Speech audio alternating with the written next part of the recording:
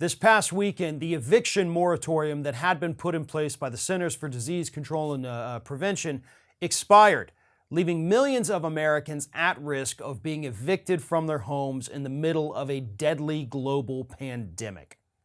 Now, in the days since this moratorium expired, there has been a lot of blame thrown around, some of it justified, some of it not. Here is what we know about this eviction moratorium. It all actually started, by the way, a couple months ago when the National Association of Realtors, who really are the real villains of this story, they filed lawsuits trying to get the moratorium overturned because obviously they're realtors, they want that rent money, they can't kick people out to get somebody else in who would pay that money.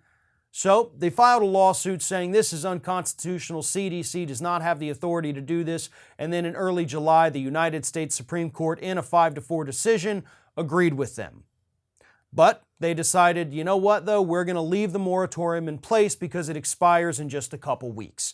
That decision came down, I believe it was July 2nd. Moratorium was set to expire at the end of the day on July 31st. Supreme Court said, we're nickel and diming here. We're going to let it roll out till the end of this. But no, the CDC does not have the authority to do this, is what they ruled. So you can thank the conservative Supreme Court and the greedy bastards at the National Association of Realtors for making that a reality. Now, by virtue of this ruling, it would stand to reason that the administration, the Biden administration, could not do anything to extend the moratorium. Certainly the CDC can't, right? The Supreme Court, the ultimate law of the land, said you can't do this, CDC. So right there, CDC's hands are tied.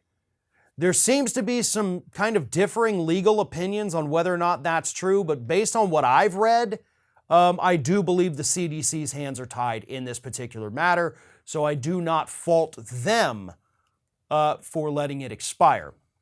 Biden would likely be bound by the same kind of rules if he were to issue an executive order or something of that nature. Obviously, that would carry a little more weight.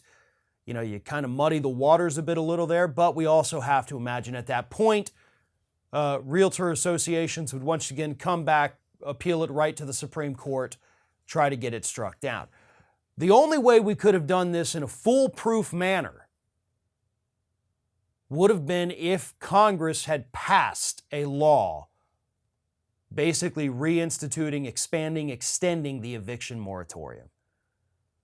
So you can blame the conservative Supreme Court. They deserve a share of the blame. The Realtors Association, they deserve a share of the blame. And Congress, of course, deserves the lion's share of the blame here.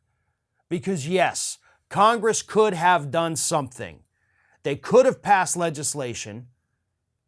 They could have taken this up months ago because they knew it was coming. They knew the expiration date was coming.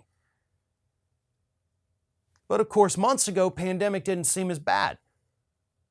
But July, when that Supreme Court ruling came down and they knew that there was a finite end to this, that's when they should have acted. That's when Delta started going wild. They saw what was happening. They knew what was coming. And then they chose to do nothing about it. And now they all get to go on their little August vacations here. So that's wonderful for them, right?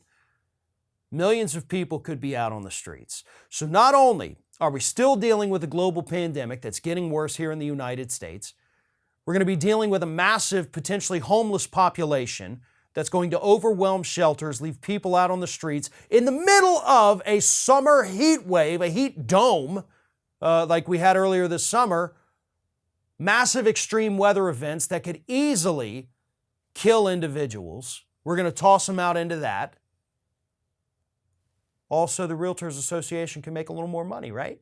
Because that's what matters at the end of the day. Profits over people.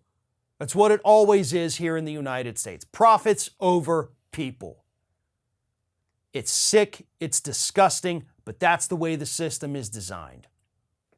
What's also going to happen, by the way, is if these millions of people get evicted from their homes, we're going to end up with a glut.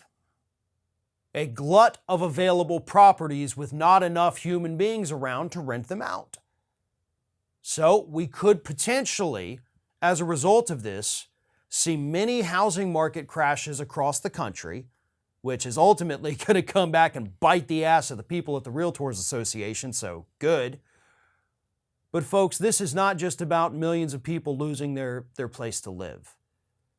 It's also about the pandemic. It's also about climate change, throwing these people out in these extreme temperatures. It's about the economy. It's about the housing market. This one particular issue touches on so many other very important issues. And Congress just said, nah, the hell with it. We want to take our month-long vacation. Thanks for watching, and don't forget to like, comment, share, and most importantly, subscribe to our channel for fresh content 7 days a week.